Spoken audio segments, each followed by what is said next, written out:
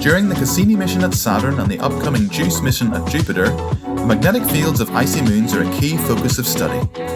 This episode, we're speaking to planetary scientist Professor Michele Dougherty about why magnetic fields are important and what they can tell us about the prospect for life beyond Earth. My name's Professor Michele Dougherty. I am head of department at Imperial College for physics at the moment, and I'm a planetary scientist.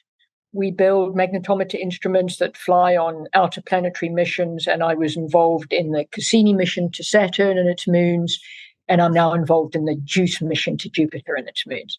Fantastic. Well, thanks very much for joining me in the podcast today and speaking to me. Now, we have to sort of mention at the start, the reason our paths have crossed is because at the time of recording, you're due to receive the Beckerian Medal from the Royal Society, which is as I understand, it's a physical sciences award from the Royal Society. Yeah, I was flabbergasted. I didn't know I'd been put forward for it. But for me, I think it's just a testament to the fantastic people that I've worked with over the years. The work that I do is very collaborative.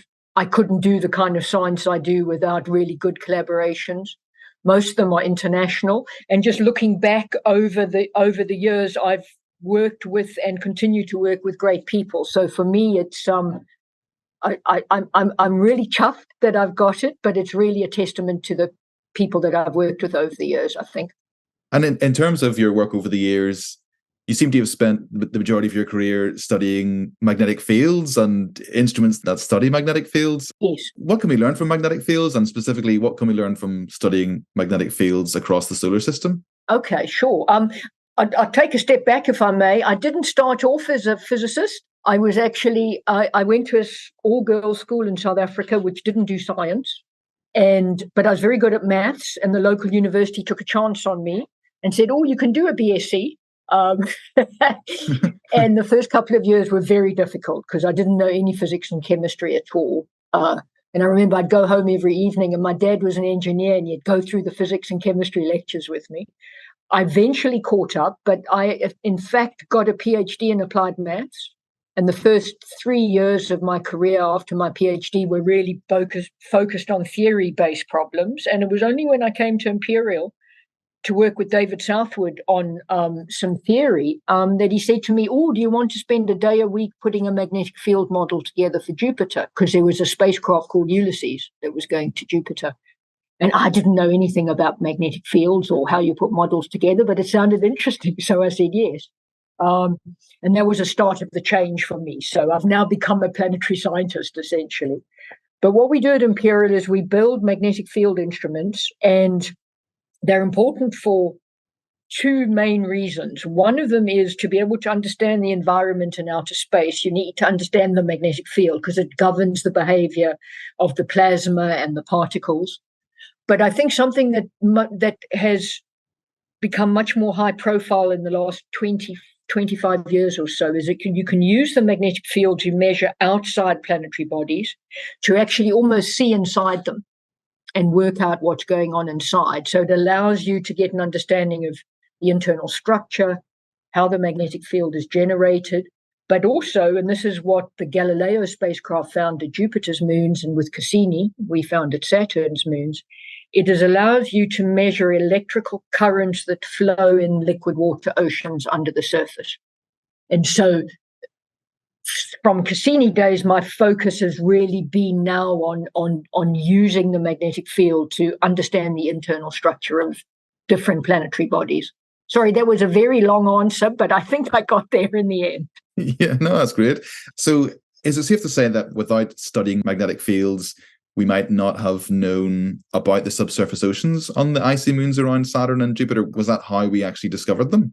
It was how we discovered them. You can also use gravity measurements to, as well as modeling, to describe the internal structure of bodies as well. So, for example, at Cassini's moon Titan, it was gravity observations that have said that there's a liquid water ocean under the surface because we didn't get close enough to be able to measure induction signals with our instrument. But for three of the Galilean satellites, so Europa, Ganymede, and Callisto, which is the focus of JUICE, the Galileo magnetometer measured signatures they didn't quite understand. And the way to model them was that there was this liquid water ocean under the surface. So those were really important discoveries that were made by that team. And then my team made the discovery of this outgassing of water vapor from Saturn's moon Enceladus. And that was measurements we made outside of the moon. What we found is we had two close flybys of Enceladus early on in the Cassini mission, and we saw some strange signals in the data. Didn't quite understand them, but one way to model them was if we had an atmosphere covering the entire surface of Enceladus. Because what happens is the upper regions of the atmosphere become ionized, a bit like we have on the Earth, and that stops the magnetic field of Saturn or of the solar wind penetrating down through the atmosphere. And that's what we saw. And that's when I said to JPL, can we go close? Because we thought we were seeing an atmosphere. Turns out it wasn't an atmosphere. It was outgassing of water vapor from the South Pole. So the magnetic field is crucial to understand the environment outside, but also to make inferences about what's going on inside as well. Yeah. So is there really that leeway during a mission like Cassini? Someone like me who doesn't really understand how it goes might think that everyth's scheduled, but at certain points, Ian, can you sort of go... It was scheduled. Yeah. No, it actually was scheduled. So you've got to have lots of patience to be involved in interplanetary missions. For Cassini, it took us 6.5 years to get to Saturn. For JUICE, it's taking 7.5 years. But for the Cassini mission, originally the mission was planned to be 4 years in duration. And we spent the 6.5 years it took us to get there planning every single second of those 4 years. We had interminable teleconferences where all the teams were online and, teams were saying, I really need this piece of data. I need to point the spacecraft this way. So we did that. But a number of us asked the question, what happens if we make a discovery? Can we change it? And NASA and the JPL project team said yes. And so this was the first test. Took a bit of persuasion, but they agreed. And I must confess, I didn't sleep for 2 or 3 nights before that close flyby, because if we hadn't found anything, who would have ever believed anything I said again? But we needed to use some fuel to change the trajectory. And the reason that it took a bit of discussion and persuasion is that it meant that on that particular flyby, all the plans were out of the window and we had to start from scratch. But yes, we can make changes as long as we've got the fuel to actually do it, because you need fuel to be able to change the trajectory of the spacecraft. And is there jostling with other science teams and other instruments? You say, no, we want that time, Yes. And in fact, for me, it was really interesting to watch it in action. For the 6.5 years of planning that we did, all of the teams to begin with were really protective of their data. Theirs was the most important data. But as we got to know each other's science and we got to know each other, we would then say, okay, if I have this piece of time, can you would it help you if you had that piece of time? And so we then began to work together as a team, because there were 11 different instruments on board, and each of them thought their data was the most important, but we got to know each other.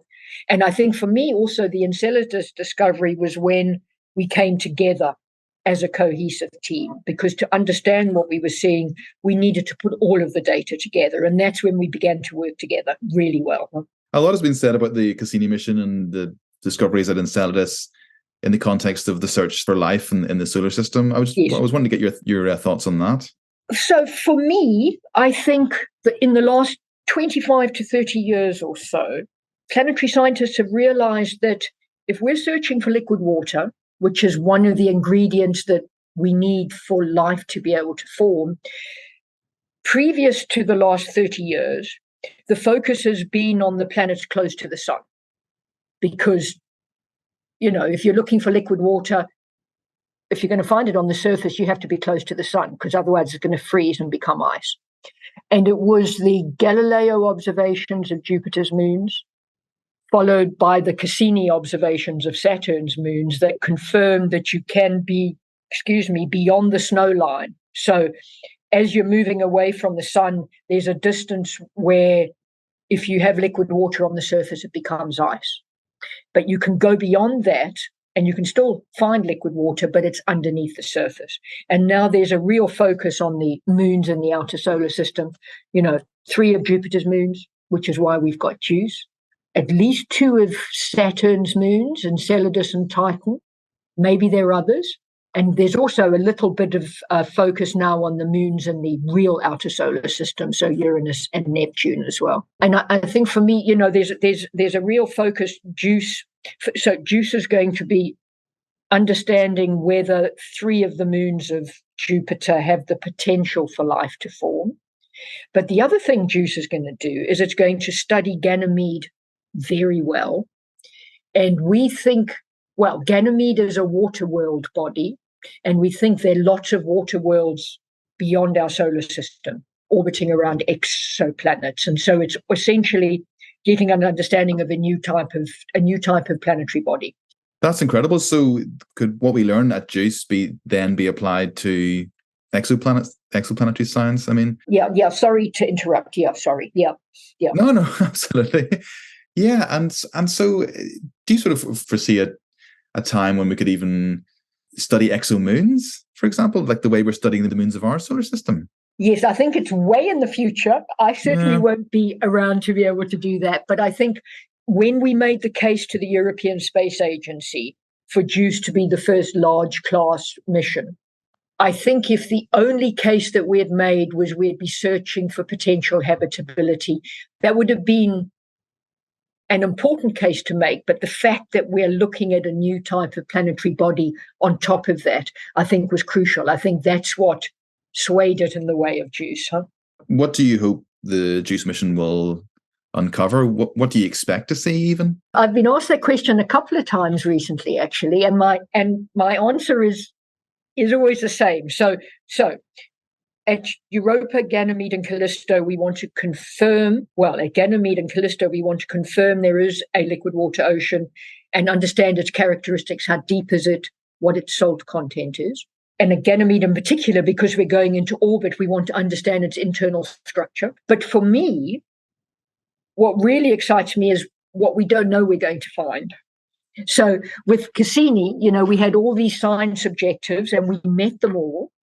But we weren't expecting to find a water vapor plume at Enceladus, and that changed the focus of the mission after that. So I'm really excited about what we're going to do with JUICE. But in the back of my mind, I'm thinking, what else are we going to discover that we don't actually know yet? That's what excites me as well. And can the study of magnetic fields and the magnetometer instruments, can they actually contribute to the detection of microbial life, or is that a different branch? Yeah, no, that's a different branch. We've got other instruments on board JUICE that will allow us to do that. So we've got remote sensing instruments that will be able to work out what's on the surface. If there's a plume at Europa, we might fly through the plume, and some of the instruments can actually almost taste what's in the plume. What the magnetometer can do, though, and one of the things we did at Enceladus is, so let me take a step back. At Enceladus, what we found is not only was there this bending of the magnetic field around Enceladus, which made us think there was an atmosphere, but we saw there was a very large increase in water group ions. And the reason we were able to say that is there was a lot of noise in our data. And that noise was generated by wave activity, and we can work out what molecules were generating that wave. So we can get an understanding about what is in the environment, but we can't measure what's on the surface. So if there's organic material in the plume, and if it's generating a wave activity, we might be able to see that in the magnetic field. But that's not a real focus for us. That's why it's so important on JUICE to have this suite of instruments that's going to be able to put all of their data sets together. It's going to be so cool. But sort of when you think about JUICE and Europa Clipper and then what Juno's doing at Jupiter itself, yes. Do you think we're overdue a mission to go back to Saturn and Saturn's moons? Yeah, I'm always torn, because you can only do one of these big ones at a time, essentially. But we do have a mission going back to Saturn. It's called Dragonfly. It's a NASA mission, and its focus is Titan. And I don't know all the details of the mission, but I think there's going to be an orbiter, And then there's going to be a probe that actually travels down and flies in the atmosphere and flies over the surface. So there is a follow-on mission. A lot of people want to go back to Enceladus, as do I. But Enceladus is really difficult to get into orbit around because its gravitational field is so small that you need a huge amount of fuel to be able to go into orbit. So, there are lots of proposals being put together for different missions to go back to Saturn, and I would very much expect something will follow on from Dragonfly. But then people are thinking, we need to go to Uranus and Neptune as well. So there's lots of competition out there. Yeah, that was actually going to be my next question. Would you personally like to see a mission to the ice giants? I mean, I think I'd heard of a mission that was proposed called Trident that was going to look at Triton, but yes. I'm not sure if that ever made it through to the official stage, but would you like to see a mission like that? Yes, I would, and it didn't make it through to the official stage. We were on the team. We were going to build the magnetometer for Trident, but in the New Horizons call that was 2 or 3 years ago, there were two Venus missions that were chosen instead, and now there will be a delay to get to Neptune because the planets aren't in alignment. If there was going to be a mission going to Neptune and get there in our lifetimes, it needed to be launched, I think, within the next 2 or 3 years. And so I think now the focus is moving on to Uranus. There's discussions within the US, and I was actually at a conference in LA last month talking about the kind of measurements we'd want to make if we had a spacecraft go to Uranus and the kind of science that we want to do. But I will probably be sitting in the shade drinking a gin and tonic and telling people how they should do it by the time we get to Uranus. So. What about the inner planets in terms of studying magnetic fields? I mean, what about the phosphine discovery of Venus and things like that? Are there interesting things to discover at Mercury and Venus and Mars? Yes, so at Mercury, we had the NASA Messenger spacecraft that orbited Mercury, and we've got the ESA Bepi-Colombo mission that's on its way to Mercury now. And I'm on the magnetometer team for that. I'm not the PI, but I'm on the team. Venus doesn't have a magnetic field because it rotates so slowly on its axis. I think its rotation period is 240 days. So that means that there isn't a dynamo field generated in the interior. And Mars we're almost certain it had a dynamo field previously in its history. It's now died, and there are fossil fields on the surface. And so there have been magnetometer instruments on all of these missions. I've never worked on an inner planet, and so Mercury is going to be new for me. Just to come back to JUICE, actually, what do you do in the meantime? Yes, yes, that's a very good question. Well, we wait for it to arrive. So we will do the same thing that we did on Cassini. And that was prepare and plan the observations that we're going to make. But my postdocs and PhD students are going to go back to the previous Jupiter data sets, run through them all again, look at the data, understand the data, get our heads in the right mind space, essentially. On Cassini, when we did that, we went back to the Pioneer and the Voyager data sets. We found something new in the data that no one had seen before. So it's always good to have a new eye on data. But we've got a huge amount of preparation that we need to do. One of the things that keeps me awake at night is how we're going to tease out the very small induction signals coming from the ocean at Ganymede. The complication at Ganymede is you've got different magnetic fields that are all adding together. We've got the background magnetic field of Jupiter. It's changing all the time. We've got the plasma currents that flow around Ganymede and generate a magnetic field that we need to be able to model. We've got the internal dynamo field at Ganymede. Ganymede's the only moon in the solar system that has its own internal dynamo field. And those are all large fields, and they're changing. The dynamo field isn't changing. That's static. And then on top of that, you've got these tiny little induction signals. They're going to tell us about the ocean. So the way I think about it, it's like trying to find needles in a haystack, and they're changing shape and color all the time. The instrument we built can do it, but we need to have the software in place and the models in place. So when we get the data, we can start separating them out. So 7.5 years should be enough time for us to be ready. Yeah, and I hear more and more, it seems these days, lots more about sort of artificial intelligence helping astronomers and planetary scientists and cosmologists even Yes. to actually eke out data from noise. We could only use that kind of route once we actually understand what we're seeing. And so that might be helpful right at the end of the mission. But to begin with, we're going to need to do it in stages. So we're going to have to understand first the background field at Jupiter, then the plasma currents, and then the dynamo field of Ganymede. Once we've got all of those modeled, then we can tease out those tiny signals. So I'm sure we'll be fine, but we need to work really hard to be ready. It's really exciting, though, isn't it, when you think about it? I mean, obviously you think about it a lot, but the prospect that JUICE might actually lead to the discovery of life beyond Earth, it's pretty incredible, isn't it? Yes, it is. But JUICE will not discover life. JUICE will confirm whether the ingredients are there for life to form. Yeah.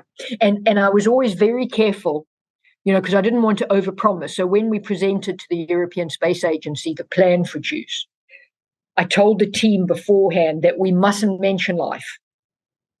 We can talk about potential habitability, but we're not finding life. We're going to confirm if the ingredients are there for life to form. And it's a very fine line between those two, I think. Fantastic. Well, Michele, thanks very much for speaking to me today. And, good luck with the JUICE mission. Thank you. It's going to be really, really excited to see what happens.